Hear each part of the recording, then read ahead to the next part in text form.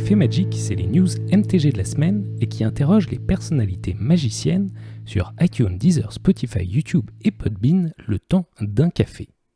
Cette semaine, quelques news et puis des extraits en forme de vlog du précédent Zapmaster 2021.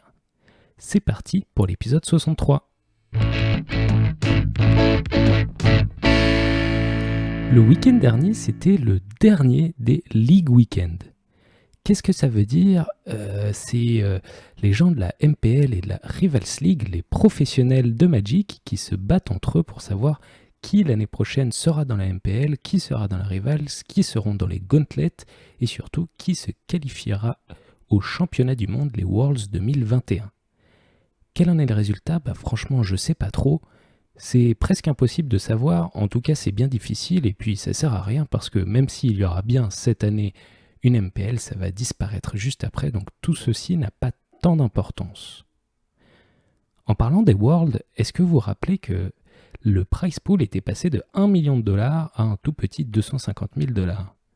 Bien sûr, la communauté s'était écriée où sont passés les 750 000, et là, Wizard a fini par revenir en arrière, du moins c'est ce qu'on en voit, et il y a maintenant 50 000 dollars par personne qui participe, des appearance fees, il suffit de venir, ce qui fait revenir le price pool total un petit peu au-delà de 1 million de dollars. Tant mieux pour les joueurs, c'est bien d'être revenu en arrière, mais bon, vraiment Wizard, pas les meilleurs sur la communication. En tout cas, les Worlds, c'est le 8 et le 10 octobre, ça devrait être du beau Magic, du moins on l'espère, mais c'est pas pour tout de suite. Il y a un nouveau standard avec la sortie qui est maintenant bien effective de Donjons et Dragons Aventure dans les Royaumes Oubliés. Des nouvelles cartes sont arrivées, mais apparemment c'est pas si convaincant que ça va pas tout chambouler. Puisque Throne of Eldraine est de toute façon trop forte, sur Arena ils ont mis un espèce d'événement où tu peux déjà jouer le futur standard avec déjà les sets de la prochaine rotation qui sont déjà enlevés. Sympa pour tester pour le futur, même si on n'a pas tous les sets. Enfin, des nouvelles du commandeur multijoueur. Là, depuis aujourd'hui, Perceur de Coq a été banni par le Rule Committee, le comité des règles du commandeur multi. Perceur de Coq ou Hullbreacher, c'était un merfolk pour 3, une créature bleue, qui faisait que les adversaires pouvaient pas piocher plus d'une carte par tour, ou alors ils piochaient pas et ça faisait des trésors pour la personne qui contrôle Hullbreacher. Donc c'était un sort de rampe bleu, et ça faisait pas piocher les adversaires, ce qui est vraiment pas très rigolo, donc en tout cas maintenant, c'est banni.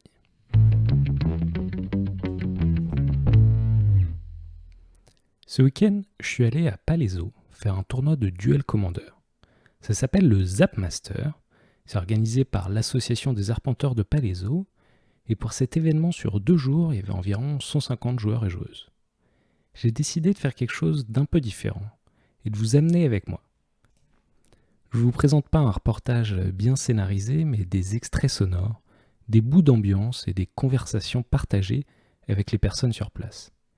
L'humeur était bonne, le plaisir d'être ici de retour à un événement papier semblait être partagé par toutes et tous. Et j'y ai croisé des personnes formidables comme la cosplayeuse Manjou Elise, l'altératrice de Captain Altered, J.E. Deprat de la MPL, Jules Létienne, l'importateur du deck cassé du tournoi Inala, les compères du podcaster Mage et d'autres joueurs formidables.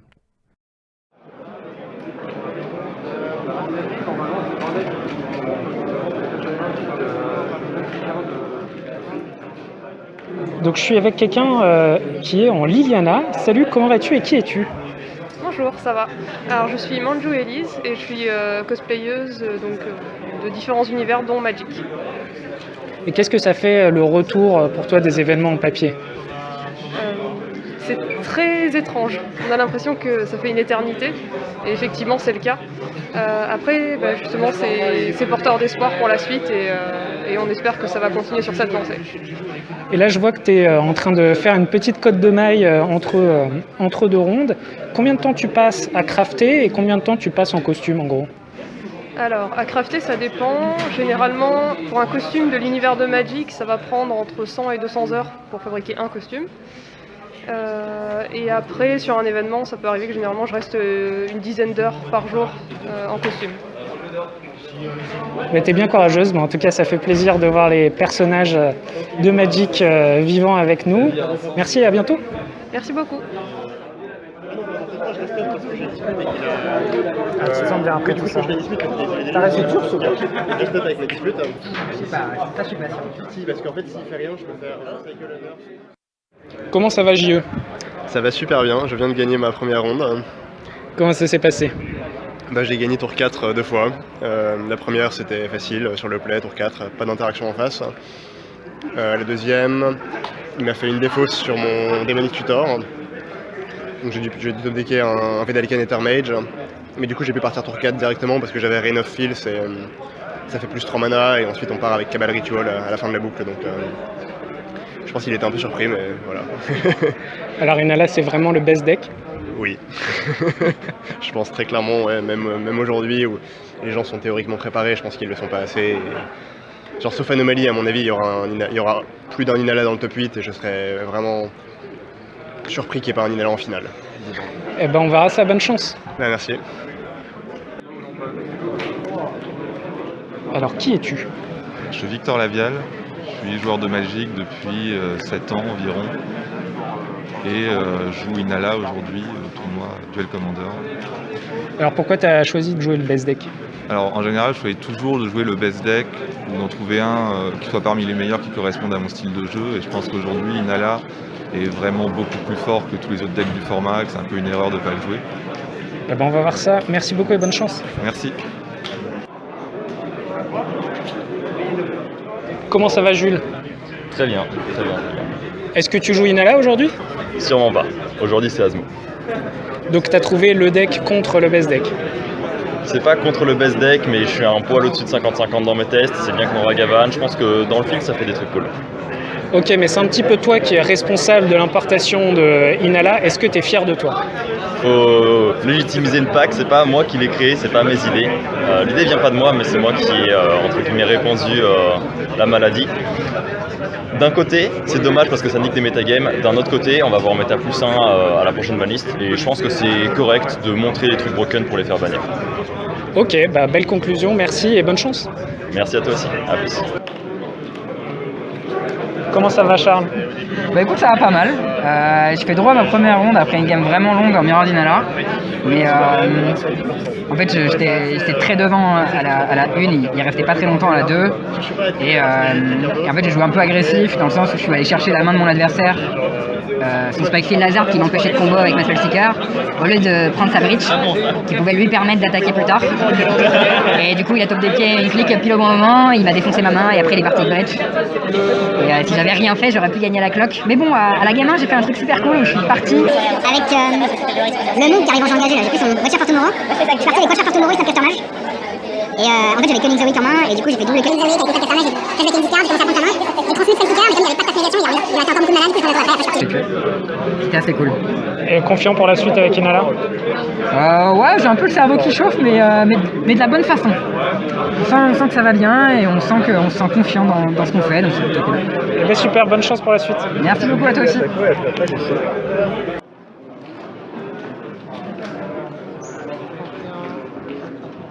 Salut, alors qui es-tu? Alors bonjour, moi c'est Marissa Capitao alias Captain Magic Alter. Donc je suis altératrice, donc je custom des cartes pour des cartes Magic principalement. Effectivement, en face de moi, j'ai des cartes altérées qui sont magnifiques, je dois le dire. Il y a même des pots de peinture et des pinceaux en direct. Pourquoi est-ce que tu vas au Zap en particulier? Alors le Zap, c'est parce qu'en fait, il joue un format qui est le Commander. Et c'est un des formats où on me demande le plus d'altérer, de customiser les decks. Donc bien évidemment, je viens voir les joueurs, déjà pour pas être toute seule à l'atelier. Et je viens aussi pour les rencontrer, récupérer les commandes aussi et m'amuser. Eh ben, Travailler, super. m'amuser. Super, merci beaucoup et à bientôt. Merci, au revoir.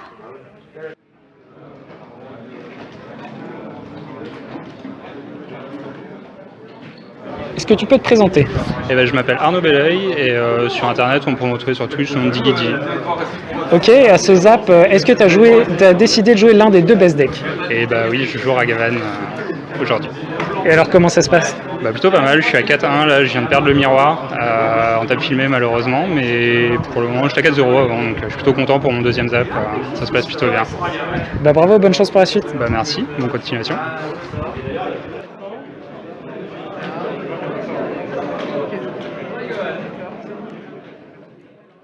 Et alors Théo, comment s'est passé le jour 1?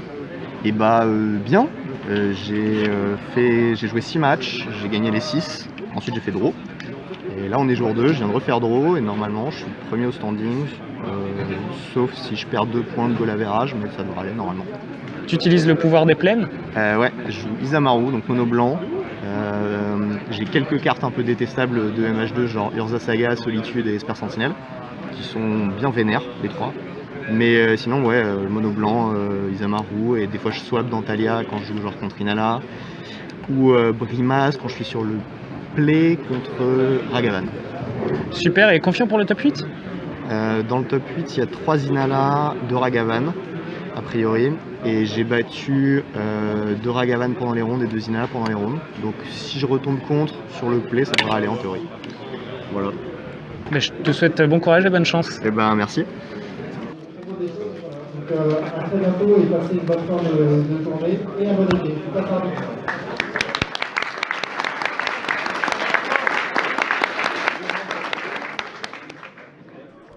Ces applaudissements, c'était pour l'association des arpenteurs de Palaiseau. Un immense merci à eux d'avoir organisé tout ça. Immense merci aussi aux judges qui ont fait du super boulot, notamment Jordan Lacombe, Fjordlac, des célèbres questions de judge du Podcaster Mage. Merci d'avoir écouté Café Magic et à dimanche prochain, cette fois sans faute.